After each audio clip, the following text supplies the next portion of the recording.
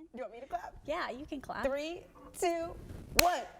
Hello everyone, welcome back to Story Persist, episode 2. Today we'll be talking about healing justice. My name is Tamara and I'm the Aya Woman of Color Graduate Assistant, and I use she and her pronouns. And my name is Sienna Kasky. I'm the Aya Leadership Liaison, and I use she and her pronouns. I would also like to give a shout out to my grandma. Today would have been her 70th birthday, so Charlene Fernandez, I love you, and I feel you here today. And today's episode will be on the topic of healing justice, like Tamara said, and we have an amazing person here today.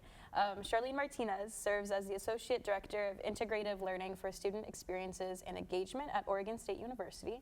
And Charlene has 18 years of professional experience working across multicultural centers and student affairs programs at Oregon State University, Sacramento State, Mills College, Contra Costa College, UC San Diego, and as well as a nonprofit, the Rockwood Leadership Program.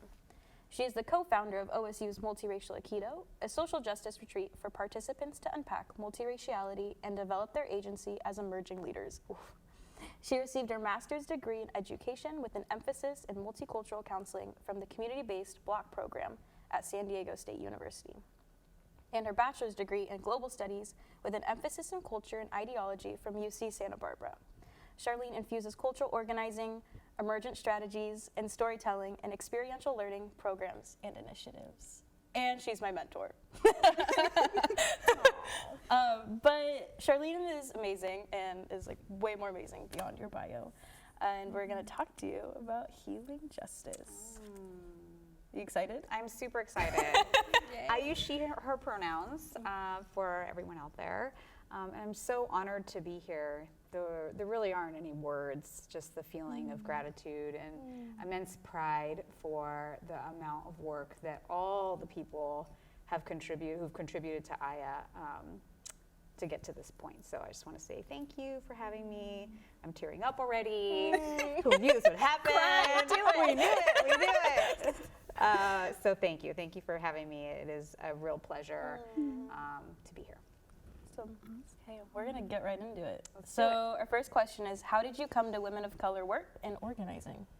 So let's see, the great stories. I feel like I wanted to start with my time in college at UC Santa Barbara, but as I started thinking about really how did I get into women of color organizing, it predates college. I think about the struggle of my mother as an immigrant who came from Taiwan when she was 25. I think about my grandmother, Elsa Castelar Martinez, who she immigrated when she was well into her older years. And I think about all the things that they had to endure and resist and persist through. And that included things like, bumping up against things like assimilation and acculturation and wanting the best for your family and survivorship and all those things. And so I think about that I came to realize women of color activism when I started to investigate more into my past, which was trying to understand their stories and their legacies. And then, of course, bumping up against, hegemony and racism and all the things that come along with, living in this society. And so it made, when I went to UC Santa Barbara and I started getting involved in activism, and lo and behold, there's a lot of women of color activists who I found myself connected to because that's who was really involved in a lot of the campaigns. It made it really easy and accessible to come together because we were all suffering through our experience at UC Santa Barbara. And it wasn't a predominantly white, well, it was predominantly white campus at the time as well.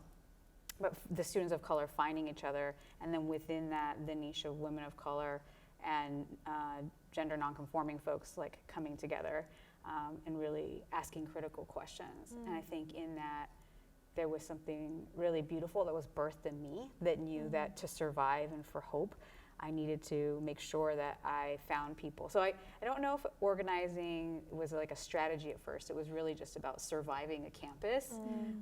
And then I think later, once I felt a sense of power in that, in being connected and telling our stories more vocally and visibly, then it felt like organizing.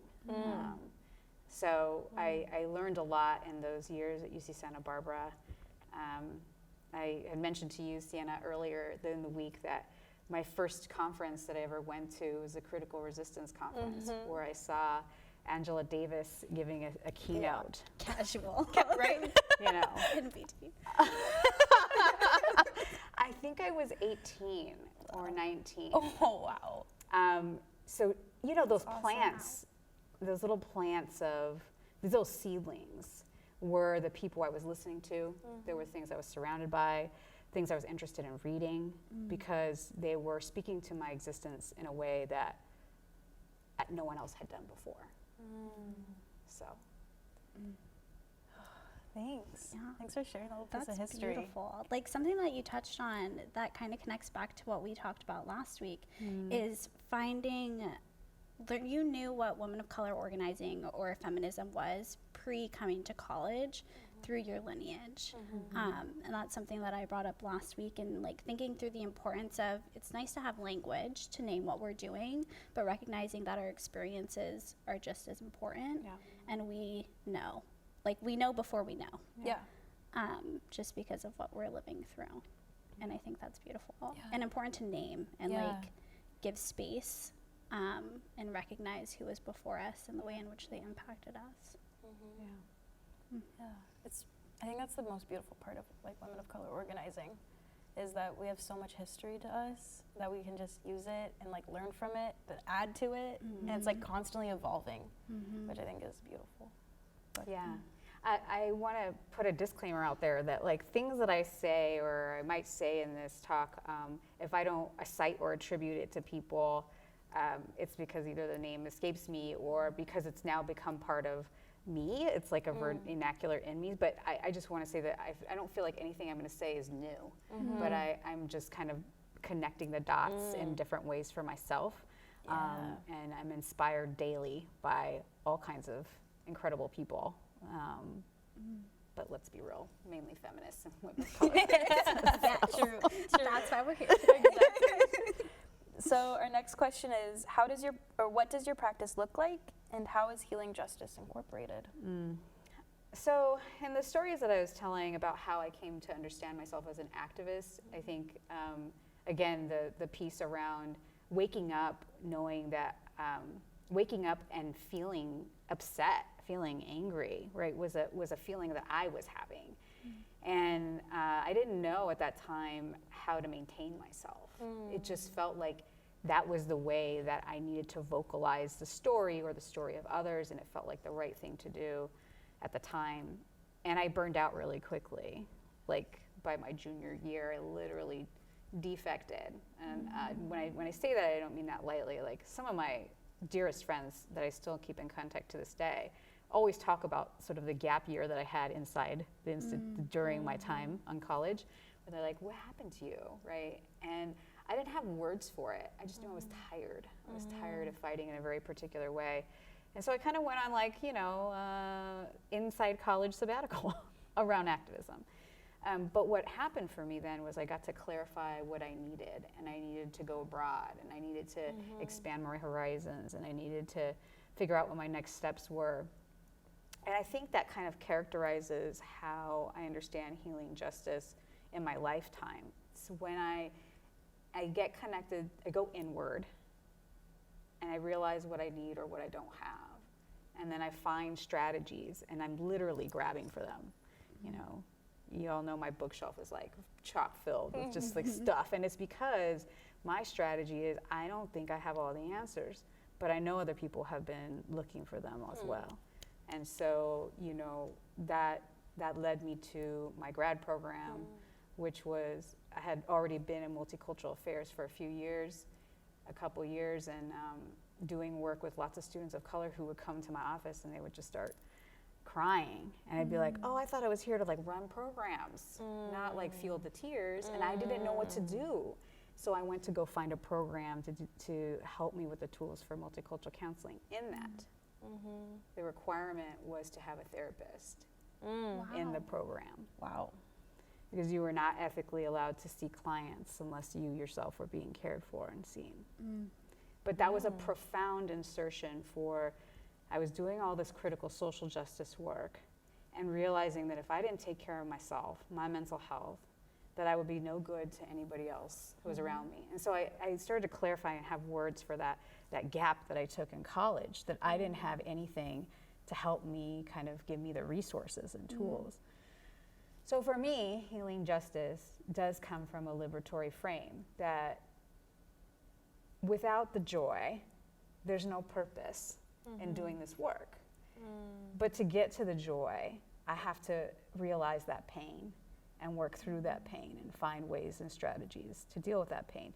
Sometimes it's listening to Chani Nicholas, or being on the Instagram and or getting on CoStar and taking it to the metaphysical, astrological planes.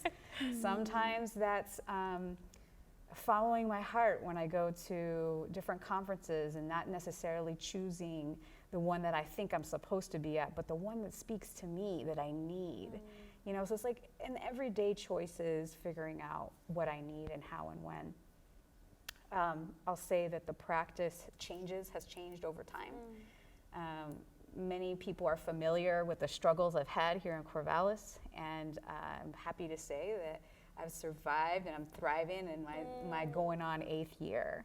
That's a big deal. How'd I get here? Interventions, many interventions. On the physical and spiritual plane, for me, it's been yoga. I know that's a super contested and appropriative practice, but I do it with intention, as much intention as I can, and I have taken it on as a way for me to connect with myself. And so I don't need to explain it to anybody else, but I need to be aware and critical, and then I also need to embrace the fact that it is the one thing that my body responds to, where I feel deeply at peace with myself.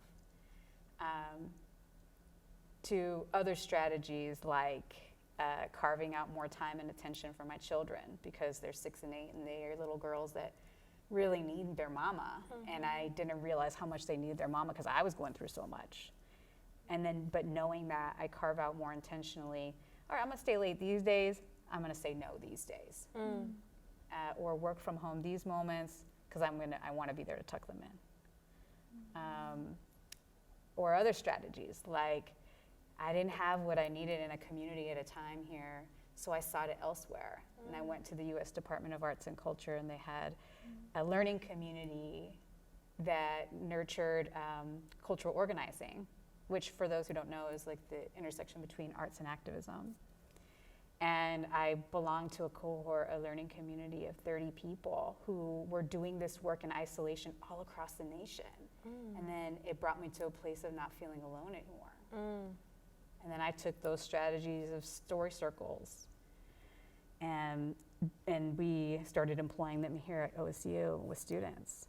And that started building of these other seeds. So I feel like, it's this reciprocal process for me. Healing justice is about listening to myself, what I need for healing, giving back, planting those seeds, and then allowing them to kind of come up in different ways. Because without the joy, I don't have anything that I can anchor myself to. Because I refuse to be angry all the time, so. Dang. Yeah. Wow. Drop the mic. Right? I just feel like that was off. Yeah. I'm like, holy cow. Did the healing, after the arts and learning community, was this where the healing cards came out of? Yes. Yeah. Do you want to talk about the yeah, healing cards? sure. So we'll open up the deck and we'll see what we draw. Maybe you'll draw one. Oh, I'll draw it. I love this. Blossom. And beauty. Oh. Oh, and look what I found. Persist. Love it. So the story behind these healing cards, so I learned about the story circles from U.S. Department of Arts and Culture, shout out to y'all, who developed this toolkit called People's State of the Union, where they were getting stories basically all over the nation and have thousands and thousands of stories in this repository. And they literally typed them up and tracked them. We didn't necessarily track all the stories in our story circles, but we started using the protocol many different spaces. I taught it to students, and then they used it in an internship program called Promise, and with the actual president of the Oregon State University, Ed Ray. And we used it in town halls, the Latinx town hall. Oscar Montemayor used it, Rest in Power. It ended up showing up in different places, and we centralized it with the student staff team of Integrated Learning for Social Change, which was in DCE, Diversity and Cultural Engagement at the time. And those students then took it off, and they would use the story circles in programs in the Art Center in Corvallis, and they would plant it in the cultural resource centers. And concurrently, other students who were in my arts and social justice class, actually 2 students, Nite Verdugo and Maisi Yang, also women of color, they brought together in one of their projects in that class, the Latinx community and the Hmong community, I believe, into a story circle about assimilation and acculturation. So all these story circles started popping up because the students realized that it was an easy protocol to begin to connect and build bridges in unsuspecting places. As a part of the story circles, we invited people to centralize a value around healing.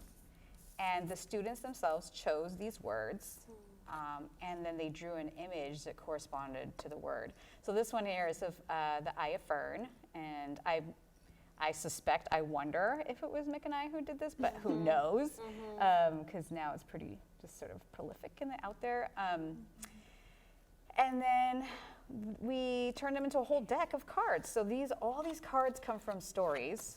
Oh, look, here's yours. That's mine. Oh. It's like a deck of chocolates right here.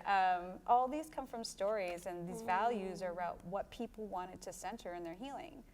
Nourish, inheritance, ritual, creativity, appreciate, belonging.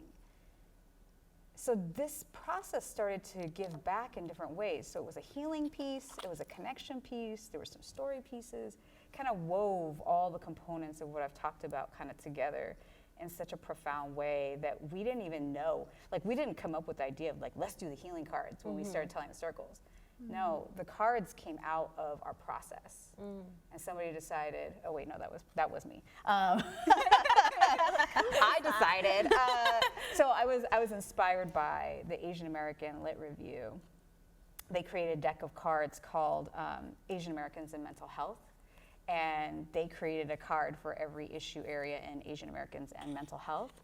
And so they took a static report and they turned it into a deck of cards, and I was like, that's smart, I'm gonna do that. And so we took these cards and we developed a deck of healing cards. So on the back, there's these beautiful reflection questions, and this one says, in what ways do you continue to grow in difficult times? What persists long after it's gone? How are we like ferns?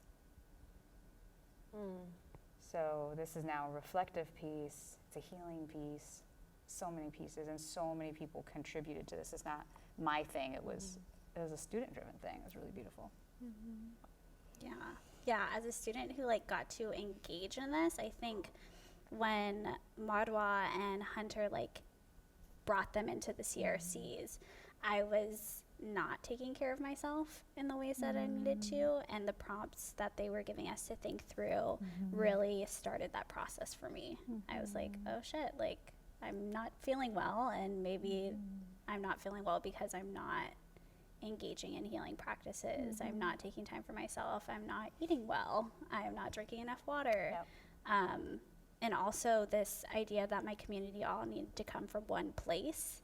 So I was leaning only on women and gender center staff. And so what does it mean to only be leaning on women and gender center staff and not have any support elsewhere? And so I appreciate again what you talked about in finding community and finding space in other areas that may not be Oregon State University, and the importance of doing that, and also the diversity of thought that brings into the room. And so you have so many different people thinking different things, and finding healing in new places is so important. And leaving Corvallis and coming back, it allows me to have a different relationship with this space, the physical land of Corvallis and the people around. So I like that. I appreciate it. Yeah, I remember when I was a freshman, I was given an award at the integrated learning, like it's your last kickoff or end of the year event, and you came up to me and you were like, pick a card to take. And I got the Persist card. Oh my gosh. My freshman year, yeah, I did. And look where I am now. No. I'm not kidding. It's literally on my mirror in my room. That's And so great. I've kept it with me for all these years. I love that I don't remember that moment. It's okay. But I so love that I remember you. The moment. I remember you like pick a card, and I was like a wee freshman coming to the end of spring term, my first year, which was a difficult one, and I got that, and I was like, Persist, cool. And I had no idea what I don't even think I knew what Aya was at the time. But then the next year I was the Women and Gender Center Leadership Liaison, and then I met Tamara, and then I'm persisting, and now we're here for Still We Persist, which who knows what's gonna happen. How does it feel to come full circle on this? Yeah, This is like a really, right? Yeah. wow. It feels, I mean, I don't know. It feels good. It feels like I was meant to be here and like do this work and meet all these amazing people. And I think, I don't think it's come full circle yet. I think I still got more things to happen. Because I like a need that I have is a need to like never finish. I don't ever want to stop doing anything. But it feels good. It's like little reminders like this that I'm like, oh, you're supposed to be doing what you're doing, Sienna. So, and now you're my mentor. And I should have told you that earlier, but yeah, it feels good. I feel really supported. I'm so glad. Yeah. Actually, so one of the philosophies that you have around unfinishedness, so I am going to cite somebody right now. Antonia Dardere is an educator and philosopher, and she actually wrote The Pedagogy of Hope. So it's a counter to, it's a continuing on from Freire's piece of Pedagogy of Oppressed. And in her latest work, I think it was released this year, she talks about sort of critical leadership for social justice. And in that, there's one of the tenets of what we need to do to persist right now, and it's to hold the complexity of being in a state of unfinishedness, that actually will help us. Because if we ever think that we're done, then that somehow we've closed the door on something, we're moving on, and not in the way of like, experiences and things like that, but just like in the notion of completion around justice, then we're not going to hold space for more additional hope. And hope is what drives us to continue to look for joy and to find purpose and community and things like that. So Yeah. Thanks for sharing just that. put that back in there. I think I'm trying to think of like what last question I want to ask you. And I think I'm going to pull from our Women of Color Wednesday Oh my gosh, get it. list. Like, what's your vision for Women of Color organizing? Oh. And like, what's your hope? Well, you all know I love vision questions, but I know I was you not do. prepared for I this. know you weren't. I know you weren't. I'm a cheat a little bit because I really love the work of emergent strategy. I found a lot of solace in the work of what Adrienne Maree Brown ended up collecting, because she's collecting a lot of different voices in that book.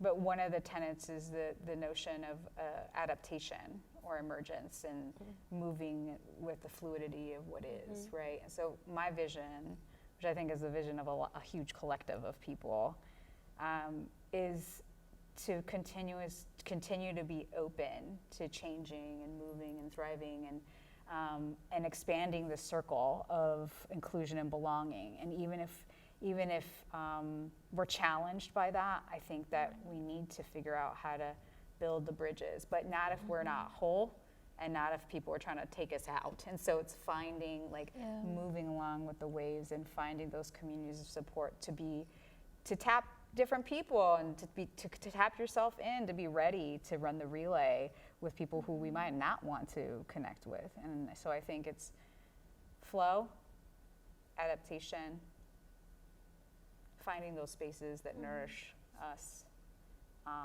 and continuing to persist. But at the end of the day, like finding the things that make you most whole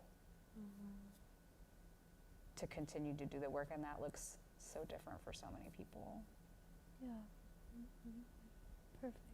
Thank you so much for coming and dropping mics of wisdom on us. Oh yeah. I'm incredibly thankful to share this space with you and to learn with you and you, Sienna. I'm also like still so shocked that you drew that card. Like I can't, like I know at the beginning my mouth was open as you were reading Charlene's thing because I was just like, holy hell, Charlene, how have you done so much? Yeah. And then you told that story, and again, I'm pretty sure my jaw dropped, and so I've been shook this whole video. Thank you both. Yeah, I feel for sharing space. It's exactly what I needed to hear right now. I am like so, like my mouth is sort of open and like just perplexed of like how magical this process has been, and that we continue to find connection in all these different ways. So it was purposeful, all of it. And I am inspired by you. I think actually, if I could like take back everything I said about the vision for Women of Color organizing, let me just say that I think the vision is you, like really, truly. I'm not good crying. Thanks. Thank you, Charlene. We can cry. I'm here for it. Yes. Why not? So to kind of bring us back together and ground ourselves, let's take one collective deep breath. Breathe out. Thank you again, Charlene, for sharing space with us today. Thank you, Sienna, for being an amazing co-host. Thank you, Tamara. And thank you all for watching. We will see you next week with Still We Persist. Bye. Bye.